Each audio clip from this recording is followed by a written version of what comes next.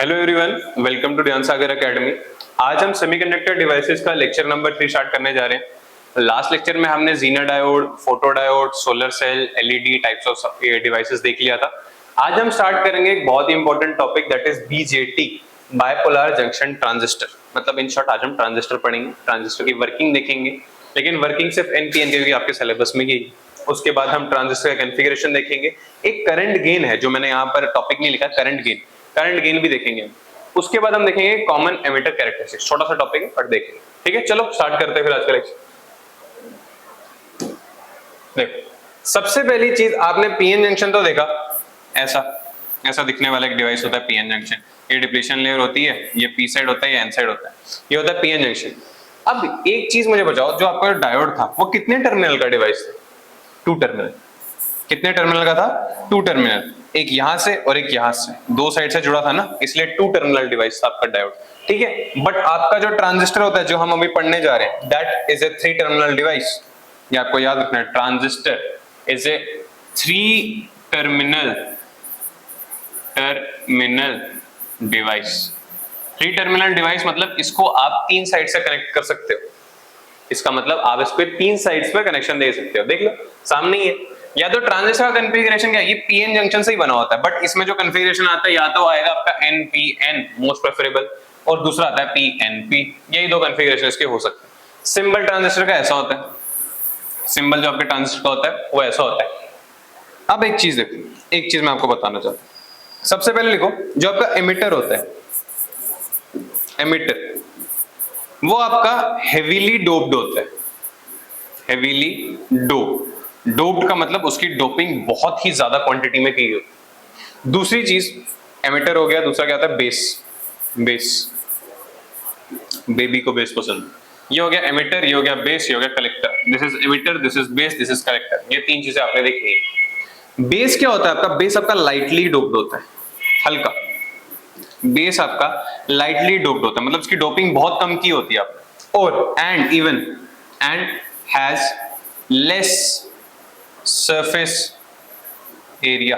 ये ध्यान से सुनो, मैंने ये लाइन क्यों लिखी है, किस लिए लिखी है, मैं आपको बताऊंगा। बट ये चीज याद रखो कि आपका जो एमिटर है वो हेवीली डोप्ड होता है और आपका जो बेस है वो लाइटली डोप्ड होता है। बचा क्या?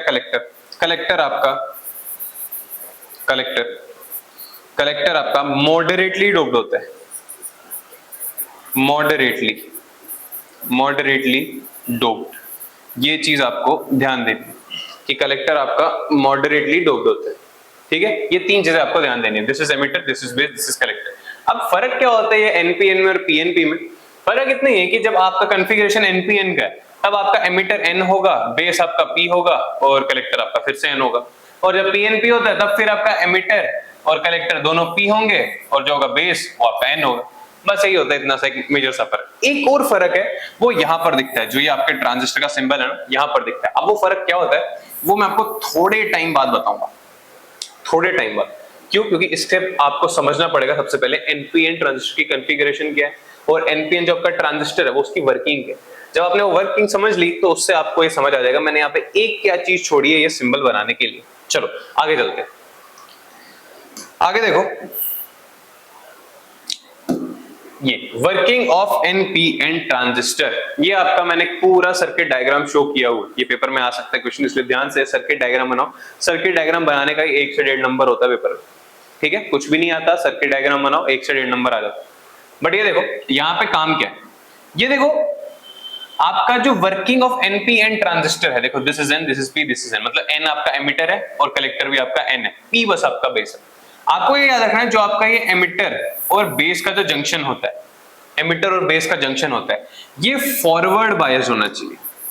ये फॉरवर्ड बायस होना चाहिए। एनपीएन ट्रांजिस्टर की वर्किंग के लिए जो आपका एमिटर और बेस का जंक्शन है ये फॉरवर्ड बायस होना चाहिए, और बेस और कलेक्टर का जो जंक्शन है वो रिवर्स बायस होना चाहिए। ये आपको इतनी छोटी चीज याद होनी चाहिए। अब आप बोलोगे सर आपने कैसे फॉरवर्ड बायस किया? तो देखो ना यार, ये वाला टर्मिनल छोटा है, दिस इज नेगेटिव, ये बड़ा है, दिस इज पॉजिटिव। पॉजिटिव को मैंने पी साइड के साथ कनेक्ट किया, नेगेटिव को मैंने एन साइड के साथ कनेक्ट किया, हो गया वैसे, हो गई फॉरवर्ड बायस। बिल्कुल। अब ये वाला रिवर्स बायस कैसे है? देख लो, एन साइड को मैंने पॉजिटिव के साथ कनेक्ट किया है और वापस पी साइड को मैंने नेगेटिव के साथ कनेक्ट किया, हो गया रिवर्स बायस। अब ऐसा होता क्यों है, हम इसको ऐसे कॉन्फ़िगरेशन में क्यों रखते हैं, उसका मैं आपको बताता हूं क्या मतलब। देखो, अगर ये नेगेटिव टर्मिनल है ये नेगेटिव टर्मिनल, ये नेगेटिव टर्मिनल। तो इसका मतलब जो आपके इलेक्ट्रॉन्स होंगे वो यहीं से निकलेंगे, है ना, इलेक्ट्रॉन्स आपके यहीं से निकलेंगे, हाँ कि ना। और अगर इलेक्ट्रॉन्स यहां से निकल रहे हैं तो आपका जो करंट होगा वो इसके अपोजिट डायरेक्शन में चलेगा, सॉरी, आपका जो करंट होगा वो इसके अपोजिट डायरेक्शन में चलेगा, बिल्कुल पता है सबको, क्योंकि आपके जो करंट होता है उसका direction of flow opposite to the flow of electron होता है हमेशा, ठीक है। तो मान लो यहां से आपका करंट निकल रहा है, यहां से आपका करंट निकल रहा है, यहां तक आपका जो करंट था वो आई ही था, यहां तक आपका जो करंट था वो आई ही था। यहां पर वो ब्रेक हुआ, एक आईबी में और दूसरा किस में ब्रेक हुआ, आईसी में, दिस इज आईसी। यहाँ पे ब्रेक होगा ना, क्योंकि यहाँ तक आपका करंट सेम आ रहा था, यहाँ पे उसका दो ब्रांच आ गई ऐसे, एक यहाँ पर भी जा सकता है, ऊपर भी जा सकता है, इसलिए यहाँ पे आईबी और आईसी में आपका करंट ब्रेक हुआ, ठीक है। एमिटर से करंट निकला, एनपीएन की बात कर रहे हैं, एमिटर से करंट निकला और यहाँ पर ब्रेक हो गया, इतनी चीज आपको याद रखनी है, ठीक है। अब देखो होता क्या है, अब देखो होता क्या है यहाँ पे, since the EB emitter base junction is forward biased, therefore the electrons from emitter that is n will be pushed towards the base, हाँ कि ना, हाँ कि ना। ये नेगेटिव साइड है, एन में भी एक्सेस इलेक्ट्रॉन्स होते हैं, तो वो इलेक्ट्रॉन्स बेस की तरफ पुश होंगे ना, वो इलेक्ट्रॉन्स बेस की तरफ पुश होंगे, सबसे पहली चीज ये। बट बेस जो हमारा है वो हमारा लाइटली डोप्ड होता है, एंड हैज, देखो फिर से मैं लिखने जा रहा हूं, एंड ये अलग रंग से लिखता हूं, and has less surface area, जिसकी वजह से होगा क्या, जिसकी वजह से क्या होगा, ड्यू टू विच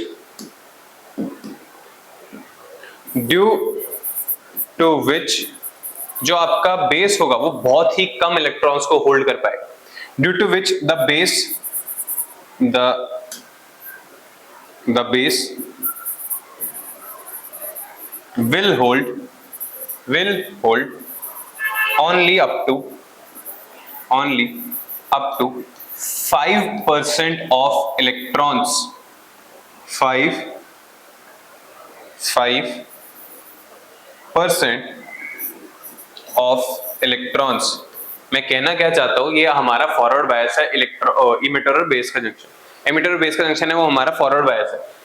इसके पास इलेक्ट्रॉन्स होंगे और ये नेगेटिव के साथ कनेक्टेड है, ये नेगेटिव के साथ कनेक्टेड है, तो इलेक्ट्रॉन्स को बेस की तरफ पुश करेगा, बट बेस का जो एरिया है वो बहुत कम है, बेस का जो एरिया है वो बहुत कम है, तो वो इलेक्ट्रॉन्स को होल्ड नहीं कर पाएगा, वो इलेक्ट्रॉन्स को ज्यादा होल्ड नहीं कर पाएगा, इसका मतलब क्या है, सिर्फ 5% इलेक्ट्रॉन्स को होल्ड करा तो बाकी 95% कहां गए, बाकी 95% कहां गए, वो बाकी 95% आप अब इस वाले जंक्शन को कंसिडरेशन में लो। अब देखो आगे का, इसको मैं मिटाता हूं, आगे देखो, but we know, but the collector base CB junction, collector base junction is in reverse biased state। अगर वो रिवर्स बायस स्टेट में है तो इसका मतलब पॉजिटिव को मैंने एन साइड के साथ कनेक्ट किया है, तो मतलब पॉजिटिव इस एन के इलेक्ट्रॉन्स को अपनी तरफ खींचेगा, हाँ कि ना, इन इलेक्ट्रॉन्स को अपनी तरफ खींचेगा, और जो बेस सिर्फ 5% इलेक्ट्रॉन्स अपने पास रख पाया था, तो 5% से बाकी बचे हुए इलेक्ट्रॉन्स 95% भी कलेक्टर के पास चले जाएंगे, और वही कलेक्टर बैटरी के पॉजिटिव टर्मिनल के साथ जुड़ा हुआ है और ये इनको अपनी तरफ खींचेगा और इसी से आपका करंट फ्लो करेगा। समझ आया? यहां से करंट निकला, इधर आया, यहाँ पे ब्रेक हुआ, यहाँ पे एक करंट, यहाँ पे एक करंट, चला, यहाँ पे दूसरा करंट। ऐसे ही आपका वर्किंग होती है एनपीएन ट्रांजिस्टर की। समझ आया? यहां से आपका फॉरवर्ड बायस था, एन से जो इलेक्ट्रॉन्स थे वो बेस की तरफ गए, बेस के पास लेस सरफेस एरिया था, तो बेस के जो इलेक्ट्रॉन्स थे उसमें से 5% लिए, जो इलेक्ट्रॉन्स यहां से शिफ्ट हुए थे, बाकी 95% ऑफ इलेक्ट्रॉन्स उसने कलेक्टर को दिए, और कलेक्टर हमारा सिर्फ पॉजिटिव टर्मिनल के साथ अटैच्ड है, एन साइड है, और पॉजिटिव के साथ अटैच्ड है, मतलब रिवर्स बायस है। इसका मतलब जो यहां पर इलेक्ट्रॉन्स होंगे वो इसकी तरफ फर्दर अट्रैक्ट होंगे पॉजिटिव टर्मिनल की तरफ, और इसी तरीके से आपकी जो इलेक्ट्रिसिटी है, जो आपकी करंट है, वो फ्लो करेगी, ठीक है। But the CB junction is in reverse bias state, therefore 95% of the electrons, therefore remaining 95% of electrons will be held by collector, and since it is reverse biased, RB का मतलब है reverse bias, since it is reverse biased, therefore the electrons will be attracted by the positive terminal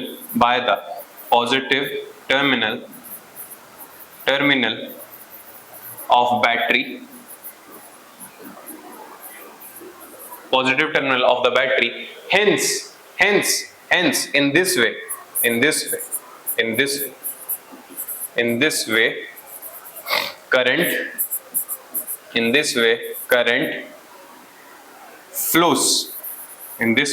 current flows, and the NPN transistor works. NPN transistor works. ये हो गई आपकी NPN transistor की working. समझ आया? यही थी आपकी NPN ट्रांजिस्टर की वर्किंग। अब यहां से जो आपको एक चीज याद रखनी है, देखो यहां से जो आपका IE था NPN से, एमीटर से करंट बाहर निकल रहा था, यहां तक सेम था, और यहां पर जो आपका IE है वो कितने में टूटा? IB में और IC में। इसलिए जो आपको यहां से रिलेशन याद रखना है पूरे चैप्टर में, IE is always equals to IB plus IC।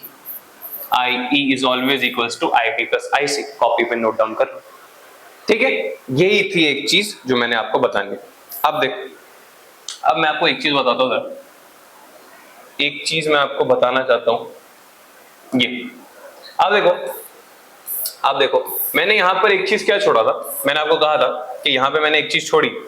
वो चीज मैंने छोड़ी क्या है? मैंने यहां पे एरो नहीं दिखाया था कि आपका करंट बाहर जा रहा है कि अंदर। आपने किताबों पे देखोगे वहां पे एरो होगा। एनपीएन की वर्किंग हमने देखी। एनपीएन में एमीटर से आपका करंट बाहर जा रहा था तो यहां पर एक ऐसा एरो बनेगा।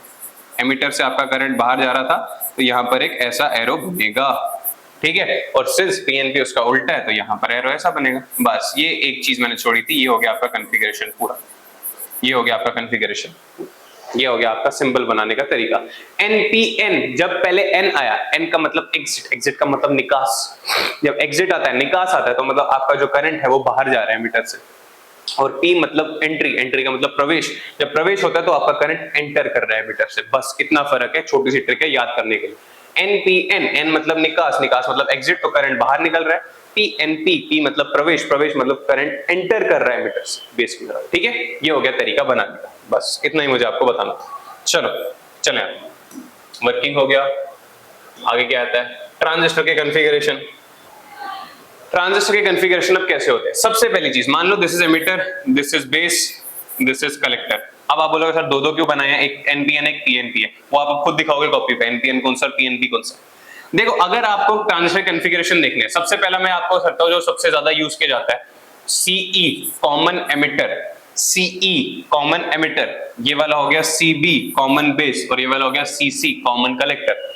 क्या है ये? Common emitter. आपको लिख देता हूं एक पूरा, this is common emitter, this is common emitter. ये कॉमन एमिटर वाला कॉन्फ़िगरेशन है आपका, ठीक है। कॉमन एमिटर वाला कॉन्फ़िगरेशन। कॉमन एमिटर क्या है? मतलब आपका जो एमिटर है वो कलेक्टर के साथ भी कनेक्टेड है और बेस के साथ भी कनेक्टेड है। अब सिंस ऐसे दिखाना अच्छा नहीं लगता तो मैं आपको सीधा एक चीज बताता हूं, सीधा आपको एक चीज बताता हूं कि आप क्या करो, अगर आपको दिखाना होता है ना ऐसे, अगर आपको दिखाना है कौन सा कॉन्फ़िगरेशन आपने यूज किया है, जो सा कॉन्फ़िगरेशन आपने यूज किया है उस वाले टर्मिनल को ग्राउंड कर दो, दिस इज कॉल्ड ग्राउंड। ऐसे ग्राउंड कर दो। अब मैंने एमिटर को ग्राउंड किया है तो इसका मतलब ये कौन सा वाला मेरा कॉन्फ़िगरेशन है? Common emitter. अब ये एनपीएन है या ये पीएनपी है, वो दिखा देना आप सिंबल के हिसाब से, ठीक है। वो दिखा देना आप सिंबल के हिसाब से, this is base, this is collector, this is emitter, ठीक है। इसको ग्राउंड कर दो। अब मान लो ये वाला एमिटर है, this is collector, this is base. अब मैंने किसको ग्राउंड किया? कलेक्टर को। तो मतलब ये कौन सा कॉन्फ़िगरेशन मेरा? Common collector. कौन सा कॉन्फ़िगरेशन मेरा? Common collector. अब आगे कॉमन बेस, तो मैंने बेस को ग्राउंड कर दिया। मैंने बेस को ग्राउंड कर दिया तो हो गया मेरा कॉमन बेस। मतलब क्या है कॉमन का मतलब, कॉमन का सेंस हो गया अगर ये कलेक्टर है एमिटर है ये दोनों के साथ जुड़ा हुआ है तो दोनों में एक चीज कॉमन आती है ना, that is base. This is called configuration. ये होती है आपकी कॉन्फ़िगरेशन। टोटल आपकी 6 कॉन्फ़िगरेशन हो गई, एनपीएन और पीएनपी की एक, एनपीएन बीएनपी, एनपीएन पीएनपी। समझ आया? ये भी था एक इंपॉर्टेंट टॉपिक। ये आपको पेपर में आ सकता है कि ड्रॉ बाय ड्रॉ कर दो कॉन्फ़िगरेशन कॉमन बेस की कॉमन एमिटर की, तो कैसे करोगे? एक टर्मिनल को ग्राउंड कर दो, हो गया कॉमन। जिस टर्मिनल को ग्राउंड किया वही कॉमन है। कलेक्टर को ग्राउंड किया वो कॉमन हो गया, बेस को ग्राउंड किया वो कॉमन हो गया, एमिटर को ग्राउंड किया वो कॉमन हो गया। छोटा सा टॉपिक खत्म। चलो चले आगे।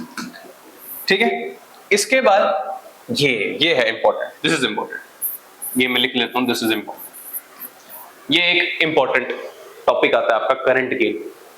ये आपका एक इंपॉर्टेंट टॉपिक आता है करंट गेन। दो टाइप के करंट गेन होते हैं। सबसे पहले एक बीटा करंट गेन मैं आपको बताता हूं। बीटा करंट गेन क्या होता है? IC by IB। Beta current gain क्या होता है आपका? IC by IB।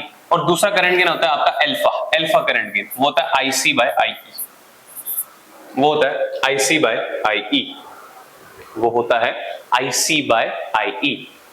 अगर आपको पेपर में लिखना होगा तो क्या लिखना है? This is beta current gain. अगर आपको लिखना है बीटा करंट गेन क्या होता है? It is the ratio of, या इट इज आप लिखना, मैं सीधा लिखता हूं, ratio of collector current, ratio of collector current to base current. ये हो गया एक नॉर्मल सी डेफिनेशन इसकी। कैसे लिखते हैं बीटा करंट गेन को? IC by IB। और यहां पर लिखना होगा तो सीधा रेशियो ऑफ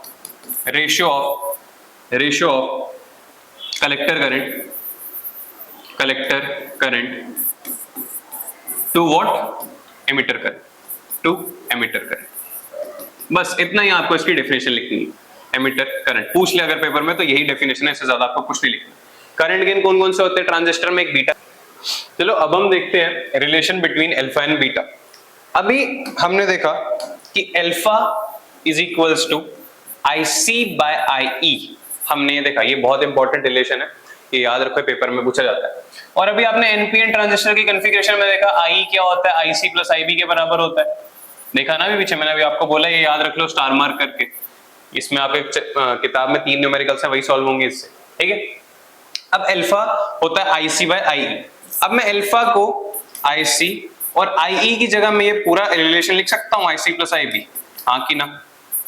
बिल्कुल लिख सकता हूं ना, IC बाय IB। आप क्या करो, रेसिप्रोकल करो। देखो मैं यहाँ लिख नहीं रहा हूं बट पेपर में आपको लिखना पड़ेगा, reciprocating both sides, taking reciprocal on both side लिखना पड़ेगा पेपर में। ठीक है, यहाँ पे लिख लेना taking reciprocals on both side. फिर जब रेसिप्रोकल ये हो गया 1 बाय अल्फा, ये हो गया IC plus IB divided by IC। ठीक है, अब क्या होगा? 1 by alpha is equals to ये IC बाय IC एक बनेगा, IC बाय IC एक बनेगा, प्लस IB बाय IC आपका एक बनेगा। ठीक है, अब इसके बाद क्या देखो, 1 by alpha is equals to IC by IC 1 plus, अब एक चीज देखो, ये IB बाय IC किसके बराबर है? पीछे आपने पढ़ा beta is equals to IC by IB। आपने भी पीछे देखा ना, beta is equals to IC by IB। But ये क्या है? IB by IC। ये क्या है? IB by IC। तो इसका मतलब ये क्या हुआ आपका? 1 बाय बीटा। अगर बीटा आपका IC बाय IB है तो IB बाय IC क्या होगा? 1 बाय बीटा। बस आ गया रिलेशन, दोनों के बीच में सॉल्व करो और निकालो। ये हो गया beta plus 1 divided by beta. वापस रेसिप्रोकल करो, alpha is equals to beta upon में 1 प्लस बीटा। ये हो गया आपका एक रिलेशन अल्फा और बीटा के टर्म्स में। अगर आपको बीटा को अल्फा के टर्म्स में लिखना है, बीटा को अल्फा के टर्म्स में लिखना है अगर आपको, यही वाला रिलेशन है, इसी को आपको और फर्दर एक्सपेंड करना पड़ेगा। अब बीटा को अपने अल्फा के टर्म्स में लिखना है तो लिख लो 1 by beta is equals to 1 by alpha minus 1। तो 1 बाय बीटा क्या हो गया आपका? 1 माइनस अल्फा डिवाइडेड बाय अल्फा। तो beta is equals to alpha upon में 1 माइनस अल्फा। ये हो गया आपके दोनों रिलेशन। आई होप समझ आया होगा आपको। बस छोटा सा रिलेशन था, अल्फा से स्टार्ट किया, अल्फा पे एंड किया। ये एक प्रोमिनेंट रिलेशन आता है, इसी को फर्दर एक्सपेंड करो, बीटा अल्फा के टर्म्स में भी आ जाएगा, अल्फा बीटा के टर्म्स में भी आ जाएगा। ठीक है, इसी के साथ हमारा relation between alpha and beta भी खत्म होता है। चलो चलें आगे। हाँ, अब हम चलते हैं आज के लास्ट के टॉपिक की तरफ, जो है हमारा कॉमन एमिटर कैरेक्टरिस्टिक्स। बहुत छोटा टॉपिक है, ज्यादा बड़ा नहीं। सीधा इधर कॉमन एमिटर देख लो, मैंने एमिटर को बेस किया हुआ है, एमिटर को ग्राउंड किया है, तो इसका मतलब मेरा एमिटर कॉमन है, ग्राउंडेड। ग्राउंडेड, ये मैंने इसको ग्राउंड किया है, तो इसका मतलब मेरा एमिटर हमारा कॉमन है यहाँ पर। अब देखो होता क्या है, ये यहाँ पे आर आई क्या है, इस आर आई को बोलते हैं डायनेमिक इनपुट रेजिस्टेंस, इसको हम बोलते हैं डायनेमिक इनपुट रेजिस्टेंस। ये आपका ट्रांजिस्टर का सिंबल है, ये आपका एमीटर है। ये हो गया आपने जो बाहर से वोल्टेज अप्लाई किए, ये जो हो गया आपने बाहर से वोल्टेज अप्लाई किया, या VBB लिखो, उसका कोई किताब पे VBB लिखा होगा, मैंने VBE लिखा है, कोई फर्क नहीं पड़ता। कहने का मतलब क्या है, ये आपके B और E एमीटर और बेस जंक्शन के अलोंग जो वोल्टेज है उसके बराबर है, VBE। और बाहर यहाँ पे मैंने VCC लगाया है, इसका मतलब यहां से यहां ये VCE आउटपुट वोल्टेज है, ये आउटपुट वोल्टेज है।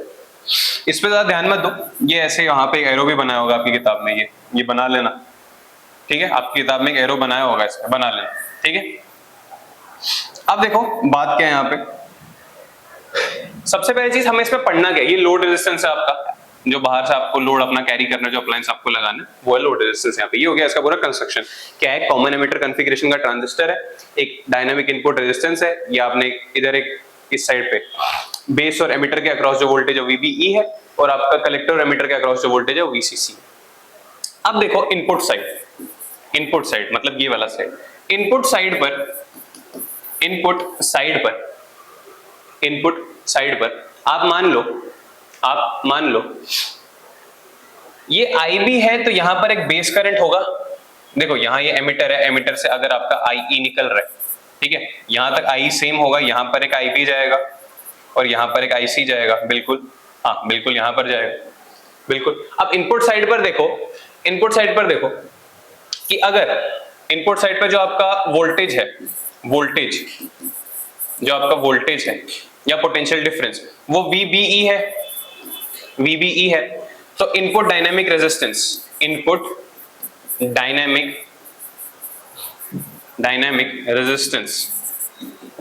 ये इनपुट कैरेक्टरिस्टिक्स लिख रहे हो आप, इनपुट कैरेक्टरिस्टिक्स, ठीक है। इनपुट डायनेमिक रेजिस्टेंस जो है आपका वो RI है, तो देयरफॉर अगर आपको ओम्स लॉ के अकॉर्डिंग अगर आपको RI लिखना है तो वो कैसे लिखोगे, पोटेंशियल डिफरेंस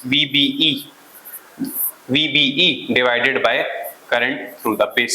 ये हो गई आपकी इनपुट कैरेक्टरिस्टिक्स। अगर आपको बोले डायनामिक इनपुट रेजिस्टेंस मुझे बताओ कितना होता है, वो हो गया change in voltage that is potential difference divided by input side का आपका करंट दैट इज IB। ये यहाँ पे IB है, क्यों, क्योंकि IE ही आपका IB और IC में स्प्लिट होता है। ये हो गई आपकी इनपुट कैरेक्टरिस्टिक्स। कोई इतना बड़ा टॉपिक नहीं, छोटा सा टॉपिक, ठीक है। इनपुट कैरेक्टरिस्टिक्स आपको बस बताना है आपका इनपुट डायनामिक रेजिस्टेंस का वैल्यू कैसा है, वो आपकी इनपुट कैरेक्टरिस्टिक्स शो करता है। अब आते हैं आउटपुट साइड पर, आउटपुट साइड पर आपका लोड है और कलेक्टर और एमिटर के अक्रॉस जो वोल्टेज है दैट इज VCE। अगर आउटपुट साइड पे आपको वोल्टेज लिखना है और यहाँ पे जो करंट जा रहा है that is IC। Output side पे अगर आपको अपना लोड रेजिस्टेंस निकालना है दैट इज RL, वो किसके बराबर होगा, ये मैं लिख देता हूं आउटपुट कैरेक्टरिस्टिक्स। अगर आपको RL निकालना है वो किसके बराबर होगा, डेल्टा VCE डिवाइडेड बाय आपका जो लोड, आपका जो करंट होगा उस साइड पे IC। ये सिंपल, इससे ज्यादा आपको कुछ नहीं करना है। ये हो गया आपकी आउटपुट कैरेक्टरिस्टिक्स जो आपको आउटपुट साइड पे चाहिए। इनपुट आपकी क्या थी, input dynamic resistance RI is equal to delta VBE। मैं डेल्टा क्यों लगा रहा हूं, क्योंकि पोटेंशियल डिफरेंस होता है, और यहाँ पे IB। ये हो गई आपकी इनपुट कैरेक्टरिस्टिक्स और ये हो गई आपकी आउटपुट कैरेक्टरिस्टिक्स। इतना ही देखना था आपको characteristics of common emitter configuration, ठीक है। इसी के साथ हम ये लेक्चर खत्म करते हैं आज। आई होप आपको समझ आया होगा। इस लेक्चर में इतना ही था, ज्यादा कोई बड़े टॉपिक्स इसमें थे नहीं। अगले लेक्चर में हम देखेंगे, इस चैप्टर को खत्म करेंगे जिसमें हम ट्रांजिस्टर एज एन एम्पलीफायर देखेंगे और लॉजिक गेट्स देखेंगे। तो थैंक यू, आई होप आपको समझ आया हो। धन्यवाद।